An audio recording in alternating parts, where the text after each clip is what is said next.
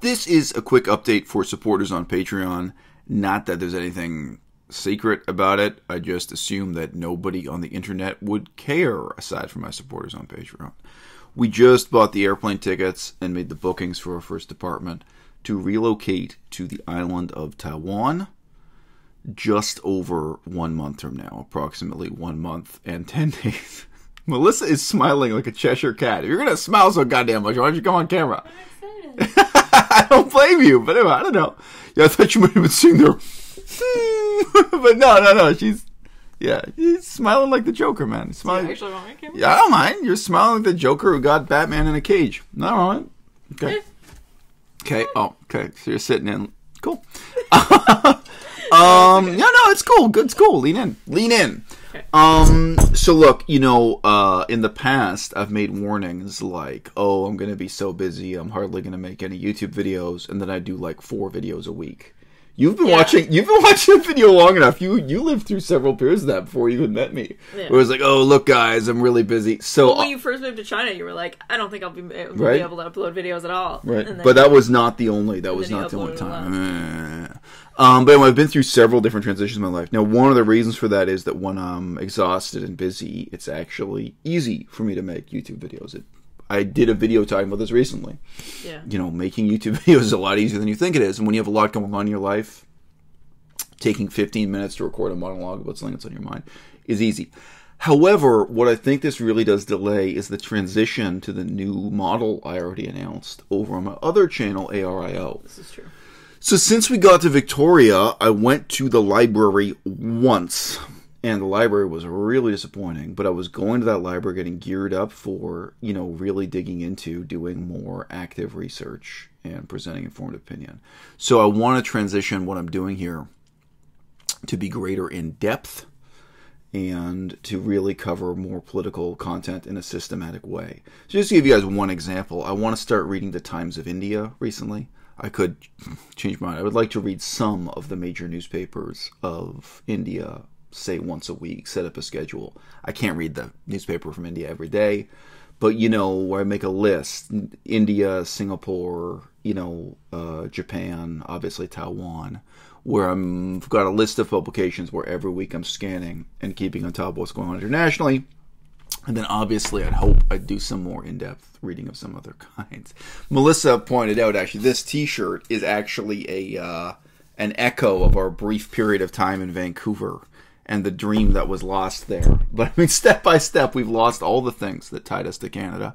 If any of you are in Canada and want some of our secondhand goods, we're going to be throwing away or giving away or selling, a lot of the baking equipment we amassed here, some of the heavy cooking and baking equipment, because when we moved here, we had very different education and career plans that are now out the window. Now, for you, my viewers on YouTube and my supporters on Patreon, I do think this is all for the best. I think, the quality of content you're going to get is only going to increase.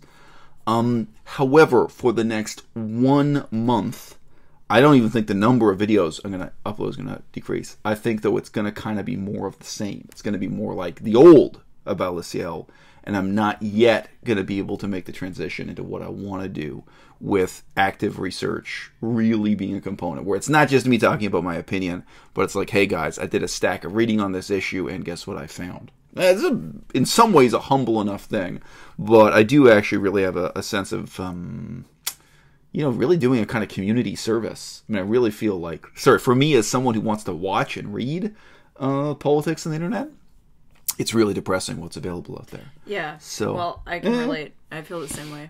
I mean, I've basically... Oh, for you as a member of the audience, or for someone looking for political content or something. Yeah, right. There's Jimmy Dore. Right? There's Jimmy Dore, but then for the continent of Asia, we watch one YouTube channel called Formosa News. Formosa English News. Yeah. Each video is about 30 seconds long. It's good, but it's just little news snippets. The longest news snippets are 2 minutes. Yeah. There is very, very little for the whole continent of Asia, and even for Europe and North America, the pickings are really slim. So it's something that I feel is valuable to a lot of people, and it's something I would value doing myself that I want to switch into. Yeah. So the other thing I was going to mention is Chinese. I just wrote an email now in Chinese, very casually and in 2 minutes, And it really makes me feel, oh, wow, you know, like I still have this high level of ability in the language. But as many of you will know, and I think I will, maybe even tomorrow, I'll do a video discussing this. Taiwan uses traditional Chinese, a different writing system for the language. Their manner of speaking is also significantly different. So to give an example, their word for garbage is they just have a completely different word for garbage can than the word used in communist China. That's not like because of communism. The communist party didn't have a secret plan for that. Some other words were because of communism, like the word for landlord. There's some words like that that changed for slightly political reasons. Yeah. But, you know, I may do a video talking about that. But in terms of what happens in the next 1 month, I definitely am still going to be making videos on à-bas-le-ciel. I maybe will make some more videos talking about learning Chinese and working the language. But also, I think I should suddenly now put more emphasis and priority on working on Chinese as a language. So the other subject for me to make videos about, probably in this month, is also my divorce, which is linked to and impacts all of my travel plans. I finally got some of the key divorce documents translated from French into English. How much did that cost? Like $2,500? It was a lot of money. Yeah. And I don't have all of them. There's some other documents I haven't had translated. There's some documents were in Chinese and I've never translated English. There's a project for you. But, you know, I've got to talk about that. And in very broad brushstrokes, I've gotten menacing emails from my ex-wife now suggesting that, like, I'm not going to hear from my daughter again. And legally, she's not in a position to do that, but we don't know what it means. And, you know, that's linked to our travel. It's linked to other things. So, again, I think for my YouTube viewing audience, this is all basically good news. Whether or not it's good news in my life is another question. Real briefly, Melissa's already heard me say this to a whole lot of people. You've seen me say it in both English and in Chinese. But when people ask about the move, I really routinely say, well, you know, it's really 100% positive for Melissa.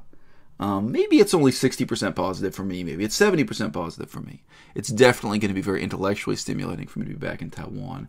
But it is true, at age 40, preparing to turn 50, preparing to turn 60, this is not really what I wanted to be doing at this juncture in my life. But it is 100% positive for Melissa. And for me, it is probably more positive than negative. One thing you got to do when you hit age 40, paradoxically enough, is switch from having a product-centered view of your life to a process-centered view. Because you only got process left.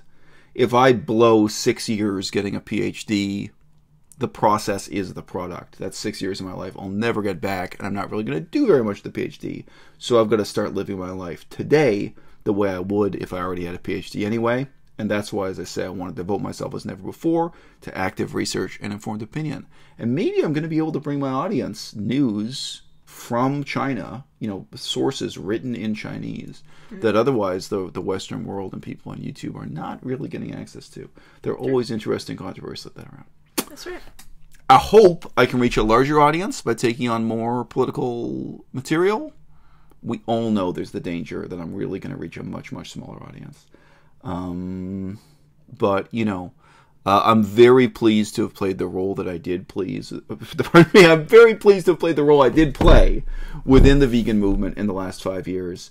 And there is a vegan movement in Taiwan, and maybe, you know, we'll be able to join in some positive stuff there. Right. But on the other hand, you know, I've never wanted to be someone who's treading water. I've never wanted to be someone who's repeating myself.